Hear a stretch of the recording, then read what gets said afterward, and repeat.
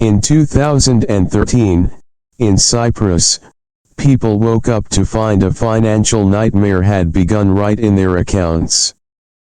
They hadn't lost their jobs overnight. They hadn't invested in a scam. They hadn't gambled with the market. They had simply done what the system had advised them to do their whole lives: deposit money in the bank, trust the law, trust the security of the modern financial order. Then, with just one announcement, everything reversed. Banks closed. ATMs limited withdrawals. Transactions were blocked. The money remained there, intact on the screen. But what disappeared wasn't the numbers. What disappeared was the right to access that money. Thousands of people stood outside banks as if standing in front of their own safes, but couldn't open them. Small businesses couldn't pay salaries. Families couldn't afford their children's school fees. Those who once believed they held their assets in the safest place suddenly realized they never truly controlled them. That was the moment the world saw a chilling truth. In peacetime, assets are in your name. In times of systemic stress, those assets may be prioritized for a different purpose. Not you. But the bank. But liquidity. But the very survival of the financial machine. And this is the most terrifying part. Cyprus is not the only story. It's just a moment where the veneer of security was peeled away too quickly, too clearly, too brutally for the world to continue pretending not to see. From Argentina to Lebanon, from capital controls to banking crises, history has repeatedly conveyed the same message: what people call their assets is only truly theirs as long as the system allows it. And right there, a silent line emerges. On one side are assets entirely within the system's control, capable of being monitored, restricted, frozen, taxed, or even redefined by a single policy decision. On the other side are assets that are harder for the system to reach. Harder to lock down. Harder to neutralize. Harder to pull into a bailout. These aren't always the most glamorous assets. They aren't always the fastest growing assets. But in times when trust begins to crumble, these are precisely the places where smart money quietly finds its way. Because ultimately, whether an asset remains yours isn't just about its value. It's about a far more brutal question. Is it in your hands, or in the hands of the system? And from here, the list of 8 assets outside the system of control is no longer a topic of curiosity. It becomes a financial survival map. A map showing that when the rules of the game begin to change, what things can still retain real ownership, and what things are only safe until the moment of crisis knocks on the door. The first asset on this list is also the most familiar to the history of human currency, yet often the most overlooked in an era where people believe that all value can be digitized, stored, and protected by a line of code in the banking system. It is this underestimation that has led many to only realize its true role when the door to withdraw money has closed. For years, the public has been taught to believe a very plausible story. That as long as your assets are legal, clearly documented, held by a large organization, protected by law, and operating in an orderly country, they are almost certainly safe. On the surface, that argument seems sound. Banks have deposit insurance. Securities firms have custody systems. Real estate has title deeds. Financial platforms have identity verification, control processes, legal frameworks, and supervisory bodies. All of that makes people feel secure. And that very sense of security creates a powerful illusion. As long as the assets are still in the system, as long as your name is on the records, as long as everything is legal, you still hold real ownership. But financial history has never been that simple. Because, under normal circumstances, what people call ownership is usually understood in a legal sense. Your name is on the contract. Your name is in the account. Your name appears in the custody records. On paper, that's enough to make you believe the property is yours. But when the system is under stress, the concept of ownership begins to split into two very different parts. One side is nominal ownership. The other side is actual access. And it is at that point that many people discover they only hold the first part. A person might own money in the bank but be unable to withdraw it. An investor might own stocks but be unable to sell them when liquidity disappears. A businessman might have profits on paper but be unable to move cash out of the country. A family may hold real estate in their own name, but its value is eroded by taxes, inflation, maintenance costs, and market freezes. All of that remains legal. It still exists. It's still present in the system. But the sense of security has completely changed. That's why so many people misunderstand the nature of protection. They believe the system is designed to protect individual assets. In reality, the system is primarily designed to protect itself. When things are stable, these two goals can coexist. But when a crisis arises, the true priority quickly becomes apparent. Laws don't disappear. Regulations don't disappear. Order doesn't disappear. It's just that the entire system begins to operate with a different goal. Keeping banks from collapsing. Keeping capital from fleeing. Keeping the currency from losing confidence too quickly. Keep the market from descending into a chain reaction of panic. And when that goal becomes paramount, every asset deep within the system immediately becomes subject to delayed access, closer scrutiny, revaluation, controlled flow, or simply locked down for a period long enough that the owner is no longer able to defend themselves. That's also why common reassurances are only half true. People say money in the bank is safe. True, until you need to withdraw it while everyone else wants to do the same. People say custodial financial assets are transparent. True, until that transparency means everything is within the reach of the control mechanism. People say real estate is a real asset. Also true, but a real asset isn't necessarily a flexible asset, and certainly not an asset beyond the reach of administrative power. The biggest problem isn't that those beliefs are entirely wrong. The problem is that they confuse security during normal times with the ability to maintain control during times of instability. And those two things are never the same. When that veil of illusion falls, the question is no longer which asset is the best performing, which is the most familiar, or which is the most heavily promoted. The question becomes colder, more realistic, and far more ruthless. Of all the things humanity possesses, which is the most difficult for the system to reach when it begins to protect itself?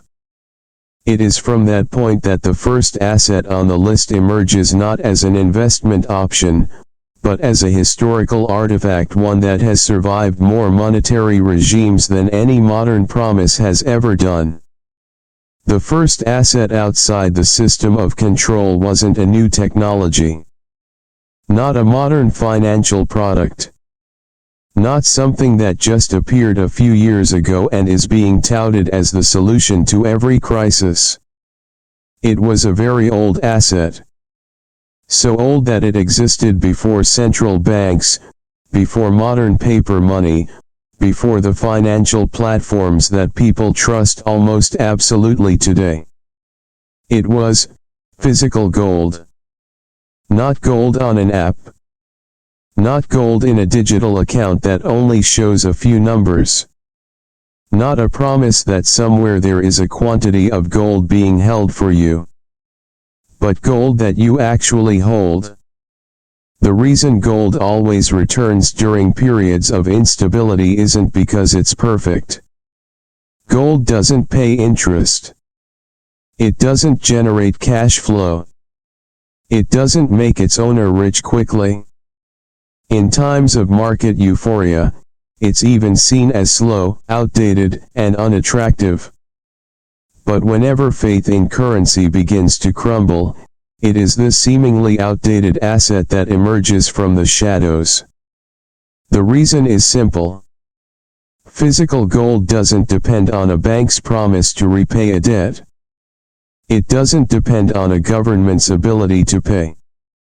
It doesn't depend on whether an electronic system allows you to log in. It doesn't need a surviving intermediary to prove its value. In a world where most assets exist as recorded, deposited, authenticated, and accessible through systems, physical gold is one of the few things that retains the most fundamental characteristic of ownership. It can be held, transferred, stored, and exists without permission. That's what makes it different. Before the crisis, that difference might seem insignificant. But when the system starts to shake, it instantly becomes a huge gap. An account can be frozen. A transaction can be blocked. A platform can cease operation. A financial asset can have its trading suspended precisely when the owner needs to exit most. But with physical gold, control doesn't lie with the server. It lies in the act of holding. And that's why the financial elite always have a very special attitude towards gold. They may not talk about it every day. They may not praise it during periods of strong market rallies. But whenever systemic risk emerges, gold quietly appears in their defensive portfolio. Not because they believe gold will replace the entire modern monetary system, but because they understand a very pragmatic thing: when confidence erodes, assets without counterparty risk become more valuable than ever. The important thing here is not to idolize gold. Gold doesn't make you instantly rich. It's not a money printing machine. Nor is it immune to short-term price fluctuations. There are periods when gold remains stagnant for a long time, making holders feel like they're holding an asset that's doing nothing. But that's where many people misunderstand its true nature. Gold doesn't exist to help you win during the most euphoric years. Gold exists to help you not be swept away during the most turbulent years. In an age where people are increasingly living more deeply within the digital system, the very physicality, independence, and lack of intermediaries of gold become irreplaceable. An ounce of gold doesn't need anyone's confirmation to exist. It doesn't need a smoothly functioning system to be recognized as wealth. It doesn't need faith in an issuing organization. It simply requires the oldest belief that humankind has placed in it for thousands of years. And the closer we get to periods where paper money is eroded by inflation, public debt, bailout policies, or crises of confidence, the stronger that allure becomes.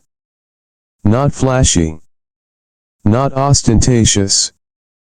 but enduring and formidable in the way that the longest surviving assets often are. However, physical gold is not the most versatile, nor the most difficult to control in everyday life. Because right after it is an asset even closer to the instinct for survival, something that not only retains value, but in times of chaos, can buy time, security, and the ability to continue living normally when all the surrounding structures begin to malfunction.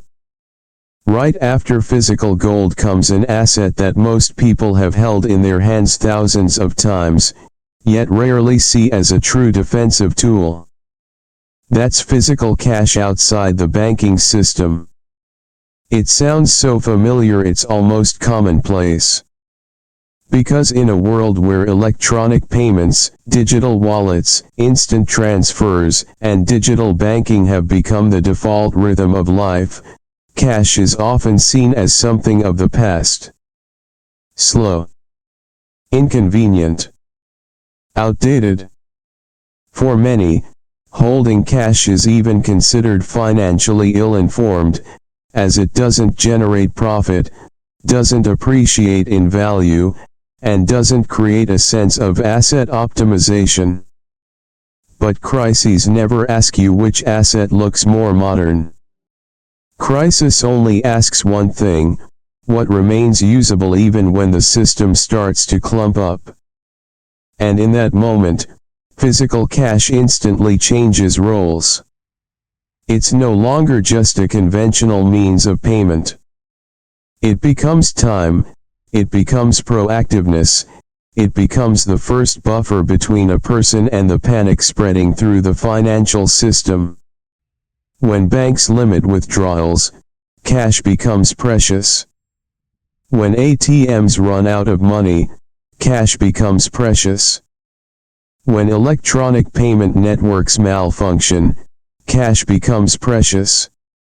When crowds begin frantically searching for liquidity, cash is no longer just printed paper. It becomes the right to continue living normally for a few more days, weeks, sometimes months. That's something many people only realize when the crisis has already occurred.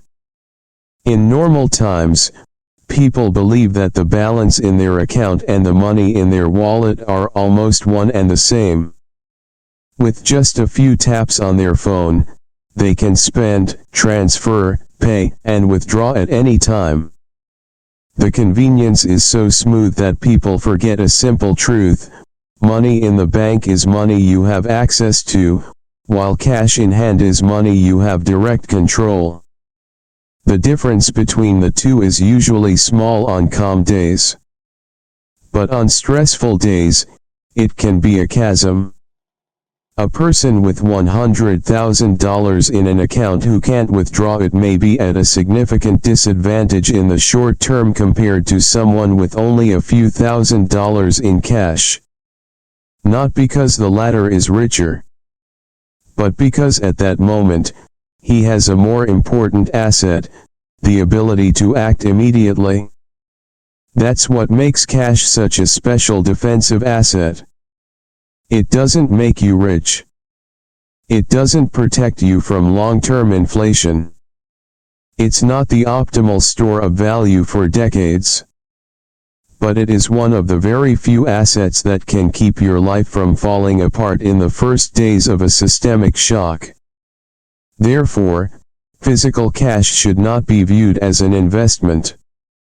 It should be viewed as a financial survival buffer. A buffer that allows you to buy food when the payment system is disrupted. Allows you to travel when your cards are not working. Allows you to handle urgent needs without waiting for an institution to unlock your assets. And interestingly, the more modern societies become, heavily reliant on digital payments and electronic banking, the more underestimated the role of cash in unforeseen circumstances. The smoothness of the system makes people forget that every system, no matter how modern, has its breaking points.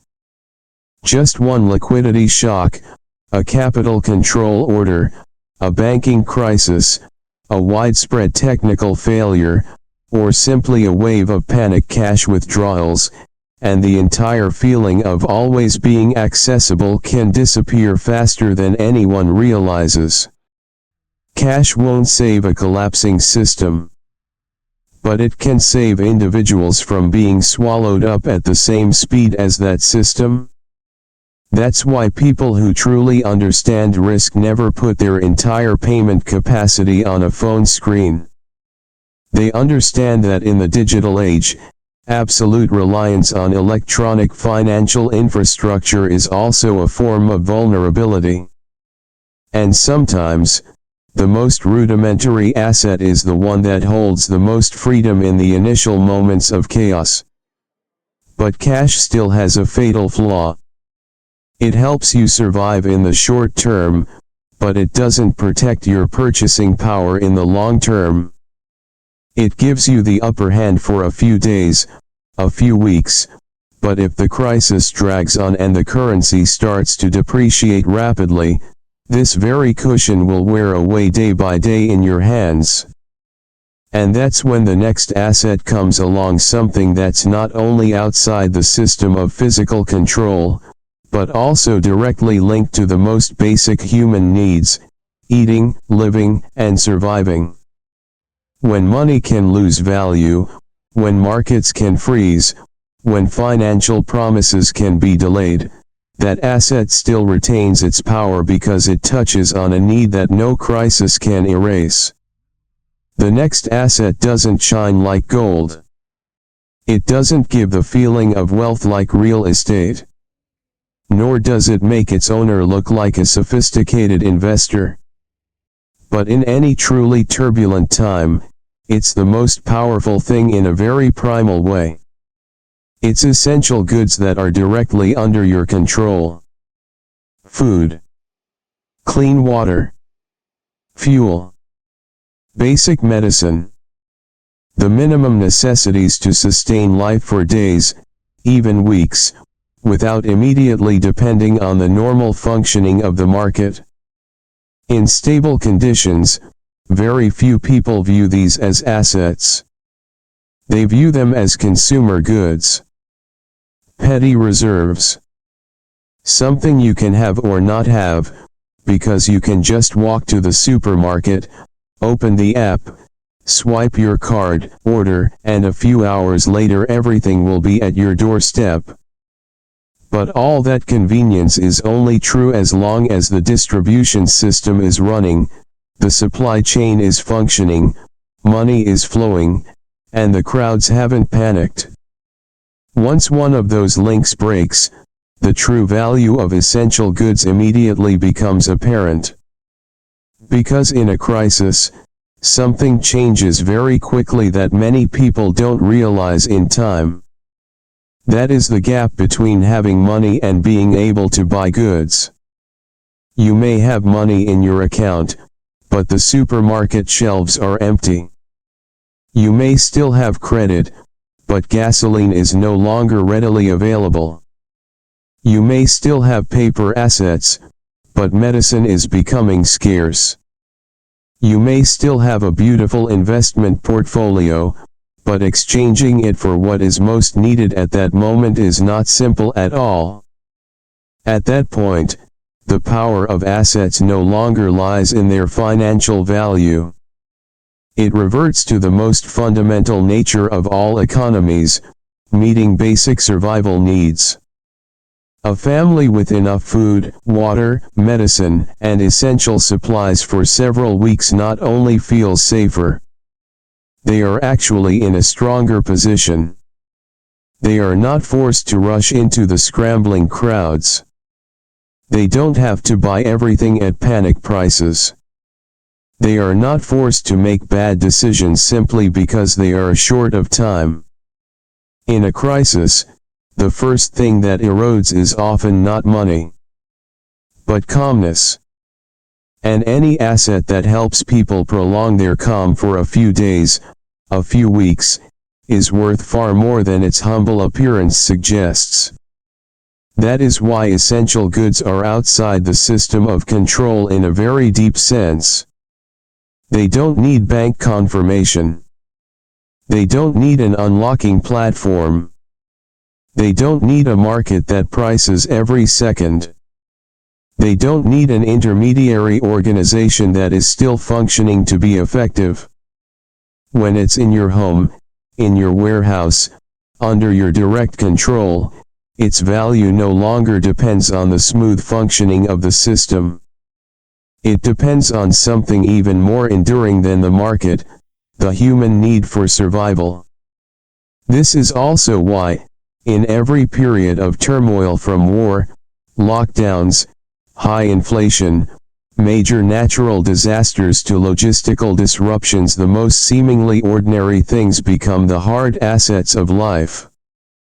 Not because they are inherently scarce, but because when the order of distribution is distorted, availability immediately becomes value. Many people only view assets through the lens of price appreciation. But in times of instability, there is another lens that is even more important, the ability to keep life from falling into a state of passivity. Gold preserves value. Cash maintains short-term liquidity. And essential goods prevent you from being forced to beg the system in the early days of chaos. It's a kind of freedom rarely mentioned in financial conversations. Because it's not glamorous. It doesn't build a get-rich-quick scheme. But it builds something far more fundamental, the ability to stand firm when the rest starts to falter. However strong this asset class is, it has its limits. You can't stockpile it for your entire life. You can't carry an entire warehouse of essential goods to preserve your wealth for years. It protects you well during the initial shock, but it's not a long-term bridge to weather a prolonged period of upheaval. And that's where the next asset comes in, something that's not only tied to basic survival needs, but also capable of retaining value over time because it's the foundation for creating food, producing goods, and accessing something every society needs, even when currencies change, banks shake, or financial markets go astray. The next asset class isn't found in an app. It doesn't display flashing numbers on a screen. It doesn't fluctuate by the second to stimulate emotions like the financial market. It's slower, heavier, less flashy. But precisely because of that, during prolonged periods of instability, it becomes one of the most irreplaceable asset classes. That's agricultural land and land capable of generating essential needs. Not all land is the same. A speculative plot caught in a price surge and a plot that can be used for farming, livestock raising, water extraction, or generating actual output are two completely different stories. When the system runs smoothly, the market often rewards speculative assets with expectations of price increases and crowd hype. But when instability persists, what matters is no longer how much the price has risen, but whether the asset actually generates real value. And land, with its ability to generate essential needs, is one such form of real value. It's not just a store of wealth. It can be a source of food. A source of independent cash flow. A source of self-reliance in a world where supply chains, prices, and access to goods can fluctuate more wildly than people imagine. That's what sets this type of asset apart from many assets deeply embedded in the financial system. A stock may represent ownership of a business, but you still need a functioning market to convert that ownership into cash. A deposit may be liquid in peacetime, but you still need banks open and a system accessible. A financial asset may be highly valued, but that value still passes through many intermediaries. As for land with the potential to generate real output, a portion of its value persists even when market sentiment shifts. People can postpone buying cars, houses, or luxury goods. But they cannot postpone the basic needs of food, drink, and survival. Therefore, during periods of prolonged inflation, currency instability, supply chain crises, or a breakdown in confidence in paper assets, agricultural land is often viewed in a very different light. It's not just an asset. It's productive capacity. And once you own an asset linked to productive capacity, you're no longer entirely dependent on the distribution system.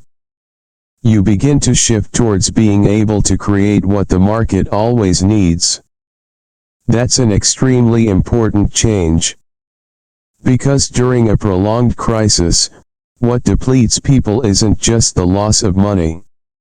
What depletes them is the feeling that their entire livelihood depends on increasingly unstable structures. Prices are soaring. Supply is erratic. The cost of living is volatile. Jobs are uncertain. In this context, any asset that can generate real output becomes a very strong anchor. Of course, land is not magic. It lacks flexibility. It's difficult to subdivide. It's difficult to move. It's susceptible to legal risks, taxes, planning, natural disasters, and management quality. But that's no reason to underestimate it. On the contrary, it's precisely its close connection to the real world that gives it a weight that many financial assets lack. While many other assets merely reflect belief, land's ability to generate output reflects something deeper, the ability to continue to exist and create value regardless of currency fluctuations or market sentiment. The wealthy understand this very well. They can speculate in the market when the cycle is favorable. They can hold financial assets to capitalize on growth momentum. But at a deeper level, much of the large flow of money ultimately returns to things that are tangible, controllable, and create real demand. Not because that's the most compelling story, but because when the financial veneer starts to peel away, the world ultimately returns to what serves real life. And that's where land becomes frightening in a very quiet way. It doesn't need to be promoted every day. It doesn't need to increase in value every week to prove its value. It just needs to stand there, produce output, maintain access to essential needs, and wait until the financial system begins to remind people that not all wealth should be measured by the speed of transactions. But no matter how valuable land is, it remains a heavy, slow, and difficult asset to move. It's suitable for those who want to anchor a portion of their wealth in the real world for the long term, rather than being the most flexible option when risks suddenly arise or when people are forced to relocate quickly. And that's why the next asset on the list goes in the complete opposite direction. Not as heavy as land. Not as fixed as houses. But precisely because of its compactness, privacy, and direct transferability, it's one of the most inconspicuous asset classes that the system finds difficult to fully detect, and even harder to access when changes first begin. The next asset class is almost never mentioned publicly when discussing wealth security. It's not at the heart of financial presentations. It's not promoted by banks. It doesn't appear in modern investment campaigns. And precisely because it's so quiet, so private, so difficult to standardize, it becomes a very special asset class during periods of instability. These are high-value items that are easy to store, easy to move, and can be directly transferred outside the system. Gold jewelry. High-quality gemstones. High-value mechanical watches. Some genuine collectibles with liquidity within specialized circles. Not all expensive items fall into this category. The vast majority of luxury goods are simply liabilities disguised as assets. But there is a very small class of assets that possess four characteristics that the modern financial system dislikes: compact, private, high value in a small size, and the ability to change hands without passing through a centralized control gate. It is these four characteristics that make this type of asset noteworthy. In peacetime, they are often seen as jewelry, status accessories, or hobbies of the wealthy. But in times of turmoil, their meaning changes drastically. A gold ring, a set of valuable jewelry, a gemstone recognized by the international market, or a watch tradable through reputable trading networks, sometimes ceases to be mere consumer symbols. They become compressed value, wealth compressed into a compact, discrete form that can be carried, stored, exchanged, and preserved through situations where large, bulky, or system-driven assets cannot. That is the point many people underestimate. When instability strikes, not everyone has the time to sit and wait for the market to open. Not everyone can sell real estate in a few days. Not everyone can transfer a large sum of money through a bank at the exact moment they need it. But a small, compact item of value can give its owner a kind of flexibility that few other assets offer, the ability to move wealth with them. In times of tight capital controls, scrutinized cash flow, or when people begin to worry about whether assets deeply embedded in the system truly belong to them anymore, the value of compactness instantly skyrockets.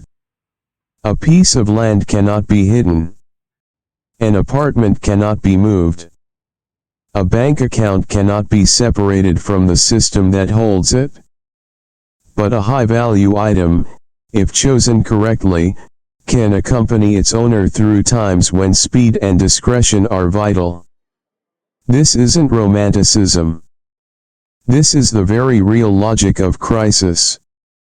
History has repeatedly shown that, during periods when people are forced to leave their homes, relocate, protect the core of their family assets, or simply need to keep a portion of their wealth out of the immediate reach of the control apparatus, those that are compact and have a concentrated value always play their own role. They are not flashy, not official, but real. Of course, this is not an easy asset class to play. It requires knowledge. It requires the ability to distinguish between true value and inflated luxury goods. It requires an understanding of actual liquidity, not the flashy listed price in advertisements. And most importantly, it requires the owner to accept an unpleasant truth: the market for this asset class is not for the naive. If you buy incorrectly, you are holding an expensive item that is difficult to sell. If you misunderstand, you are holding a symbol of consumption, not a layer of asset defense. If you're too blind to appearances, you might mistake social value for survival value. But if chosen correctly, this type of asset can play a very special role in the structure of wealth defense. It doesn't replace gold. It doesn't replace cash. It doesn't replace land. But it complements something the other three groups don't have fully at the same time: privacy, mobility, and the ability to compress value into a very small space. That's why families who truly understand risk rarely put all their wealth into a single form. They know that crises don't come in a fixed scenario. Sometimes it's inflation. Sometimes it's liquidity crunch. Sometimes it's capital controls. Sometimes it's supply chain disruptions. And sometimes, what's most needed isn't to increase profits, but to keep a portion of value that can accompany them through the turmoil. However, no matter how flexible it is, this asset class still has a clear limitation. It's good at storing and moving value, but it doesn't generate cash flow. It helps you preserve wealth, but it doesn't help you rebuild your life if the upheaval lasts longer than expected. And that's where the next asset comes in. Not as glittering as gold. Not as compact as gemstones. Not as stable as land. But in a world where control is increasingly scrutinizing accounts, contracts, and transaction flows, this creates a form of power that the system is far harder to seize: the ability to generate income through one's own skills, networks, and direct communication abilities. And then we come across an asset class that many people never consider an asset until a real crisis hits. Because it's not in a safe. Not in a bank. No stock ticker. No land title. Not immediately visible like gold, land, or stored goods. But when all financial structures begin to shake, this is what helps some people stay afloat, still make money, still maintain control, even when others are trapped in an increasingly restrictive system. It's the skill of generating income outside of a centrally controlled system. A skilled craftsman can repair, build, install, and get paid directly. A person with basic medical skills, caregiving, therapy, cooking, machine repair, farming, transportation, teaching, maintenance, programming, design, translation, or any other skill that others truly need, possesses a very special type of asset. A person with their own client network, personal reputation, and the ability to exchange value directly without relying entirely on a centralized payroll system also possesses such a class of asset. What makes this type of asset special is that it doesn't just help you preserve value. It helps you create new value in the midst of uncertainty. That's the huge difference. Gold preserves wealth. Cash preserves short-term liquidity. Land generates output. High-value items help move assets. But the skills and capacity for direct exchange do something quite different. They allow people not only to defend themselves, but also to continue operating their lives while the turmoil continues. And in prolonged periods of chaos, that is a strength that no passive asset can completely replace. Because ultimately, what destroys a person is not just the loss of assets. What destroys them is the loss of the ability to generate new income in a world where old doors are closing one by one.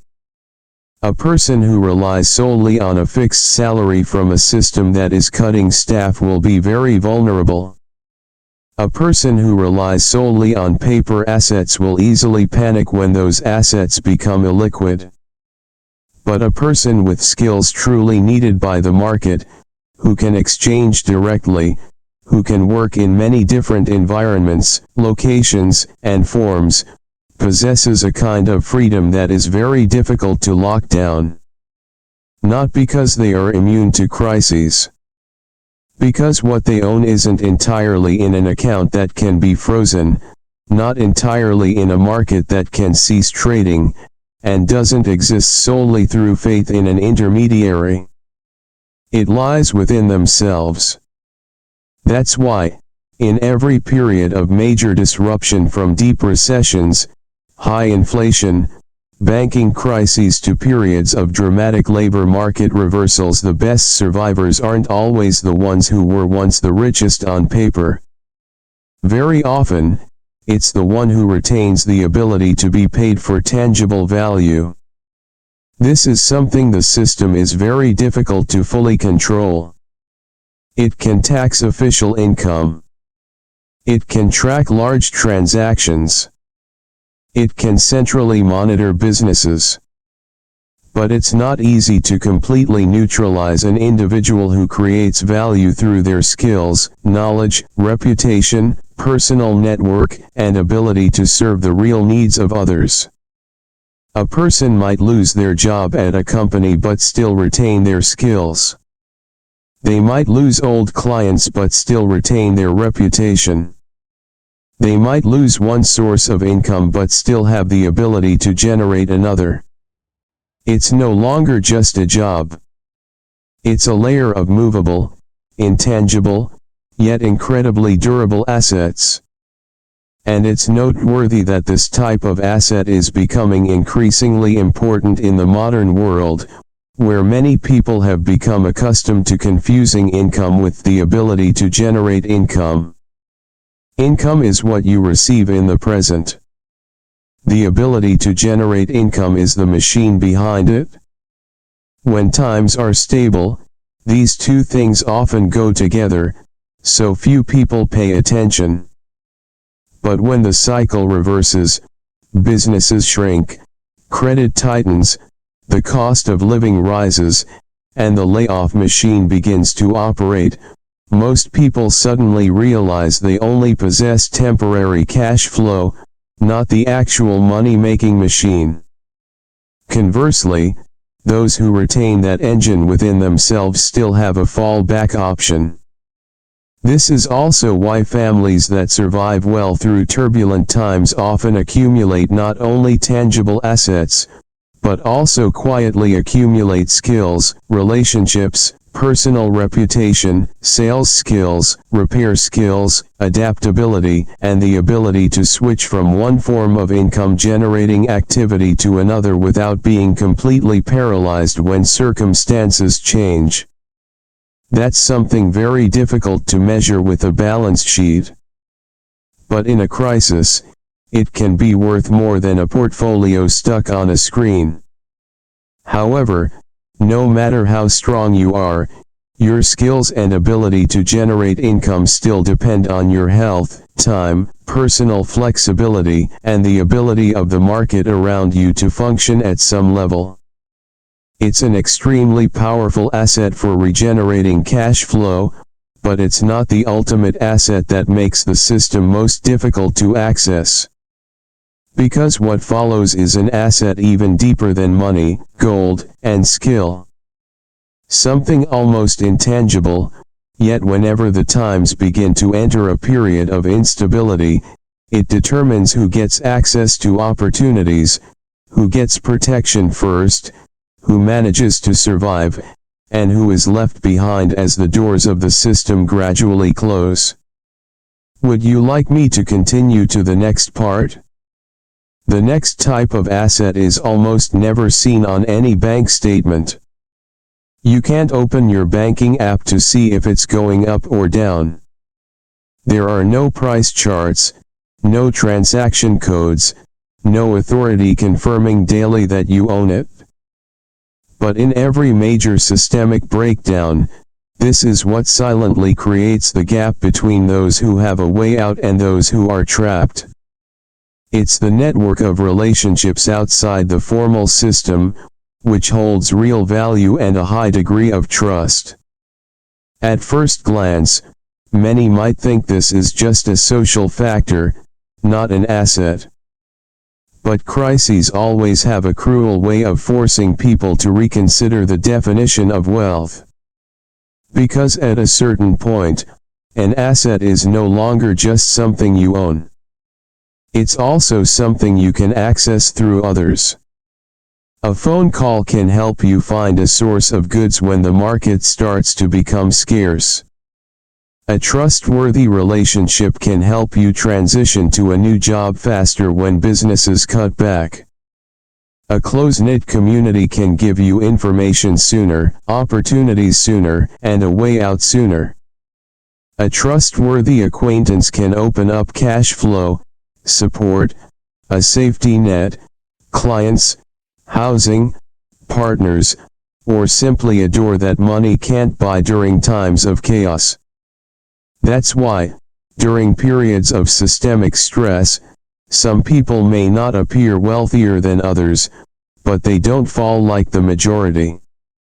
Not because they have a magical secret, but because behind them lies an invisible asset that others don't see. That is social trust accumulated before the crisis occurred. And that trust is incredibly valuable precisely when all institutional promises begin to weaken. When banks are stable, people trust contracts. When the market is favorable, people trust procedures. When the economy is growing, people trust the system of distributing opportunities. But when a crisis strikes, the world begins to operate on a different logic. People turn to acquaintances first.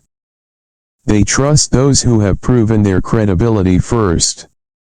They give opportunities to those who have built trust first. They reserve positions for those with sufficiently deep connections first. At that point, the network of relationships is no longer an auxiliary factor. It becomes a vital infrastructure. A businessman may lose a large contract, but if he still has a network of loyal customers, he won't collapse. A worker may lose their old job, but if they still have a strong professional network, they still have a path to a new job. A family may experience a liquidity shock, but if they still have a close-knit community to support them, that shock may not necessarily turn into a disaster. That's what makes this type of asset so uniquely uncontrollable. The system can control accounts. It can monitor transactions. It can tighten procedures. It can freeze capital flows. But it's very difficult to completely freeze human trust.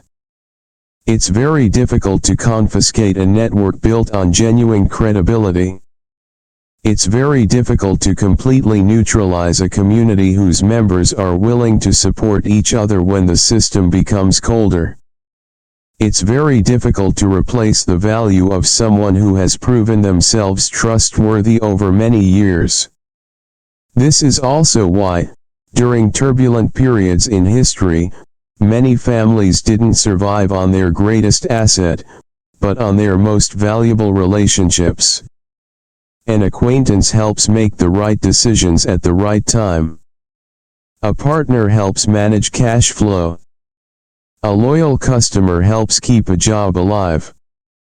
A community helps share resources when the external market becomes more hostile. All of that doesn't sound like the modern definition of wealth. But that's only because the world has been stable for so long that people are used to seeing wealth in numbers. When the system shakes, they understand a very old truth: sometimes the most valuable assets aren't in the safe, but in the doors that remain open for you when most others are closing.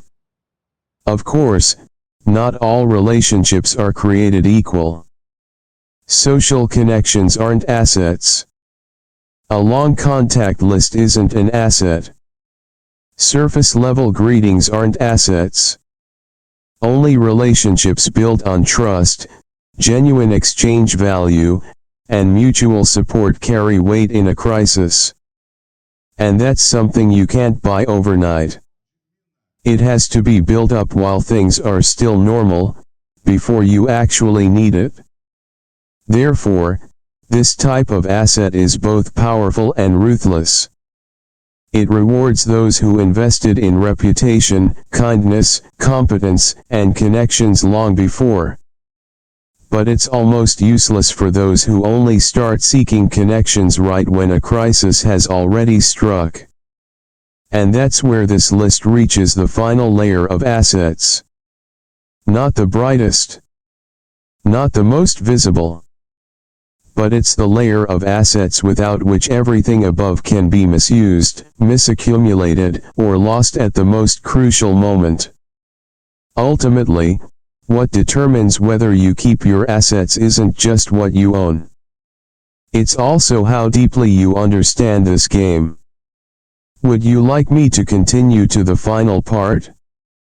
And then, the final layer of assets emerges. It can't be stored in a safe. It can't be transferred. It can't be bought impulsively in a panic. It can't be borrowed from others when a crisis has already begun. But without it, gold can be bought at the wrong time. Cash can be mishandled. Land can become a burden. Skills can be wasted. Relationships can be misplaced. And everything you call assets can vanish with a single wrong decision during a moment of emotional collapse. That is independent financial knowledge and the ability to see the true nature of the system. On the surface, it doesn't sound like an asset. But precisely because people often don't see it as an asset, they only realize its value after paying a very high price. During times of rising prices, many people think they're smart. When credit is easy, they think it's an opportunity. When assets swell on paper, they think they're getting rich. When the system runs smoothly, they think the rules of the game will last forever. But crises always begin at a very uncomfortable point, the moment reality no longer resembles the story the majority believed. And at that moment, those with assets are not necessarily the strongest. The strongest are usually those who understand what's happening sooner. Those who realize interest rates are not just a technical number, but the price of time and the pressure weighing on the entire system. Those who realize inflation not only makes things more expensive, but is silently redistributing wealth from those holding money to those holding scarce assets. Those who realize banks are not neutral safes of store, but a link in the machine of leverage and trust. Those who realize that when the state begins to need to rescue the system, the rules of the game for individuals can be rewritten very quickly. That's the true value of independent financial literacy. It doesn't help you predict every fluctuation. It doesn't turn you into a prophet. It doesn't guarantee that you'll never be wrong. But it gives you something more valuable than certainty in a crisis, the ability to avoid drowning with the crowd simply because you believe in familiar illusions. Many people lose their assets not because they are poor, nor because they are lazy. They lose because they view the world through concepts designed for normal times, while the system has moved into a different state. They still believe the money in their account is always their money. They still believe that assets that keep appreciating are safe. They still believe the majority cannot be wrong. They still believe what was true for the past 10 years will continue to be true for the next 10 years. And it is these beliefs that lead them into crisis with the most confused mindset. They have assets, but don't understand where they stand in the game of monetary power. Conversely, someone who understands the nature of the system may not get richer immediately. But they know when to maintain liquidity. When to leave the collective euphoria.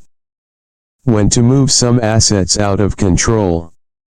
When to prioritize survival over profit. And most importantly, they know that the number one goal during turbulent times is not to win big, but to avoid being left out of the game. That's why independent financial knowledge is the ultimate asset, but also the overarching one. Because ultimately, assets are not just what you own. Assets also include the ability to understand what is worth holding onto, what should be avoided, what only appears safe on the surface, and what truly belongs to you when the system starts to tighten its grip. And at this point, the list of 8 assets outside the system's control is no longer just a ranking.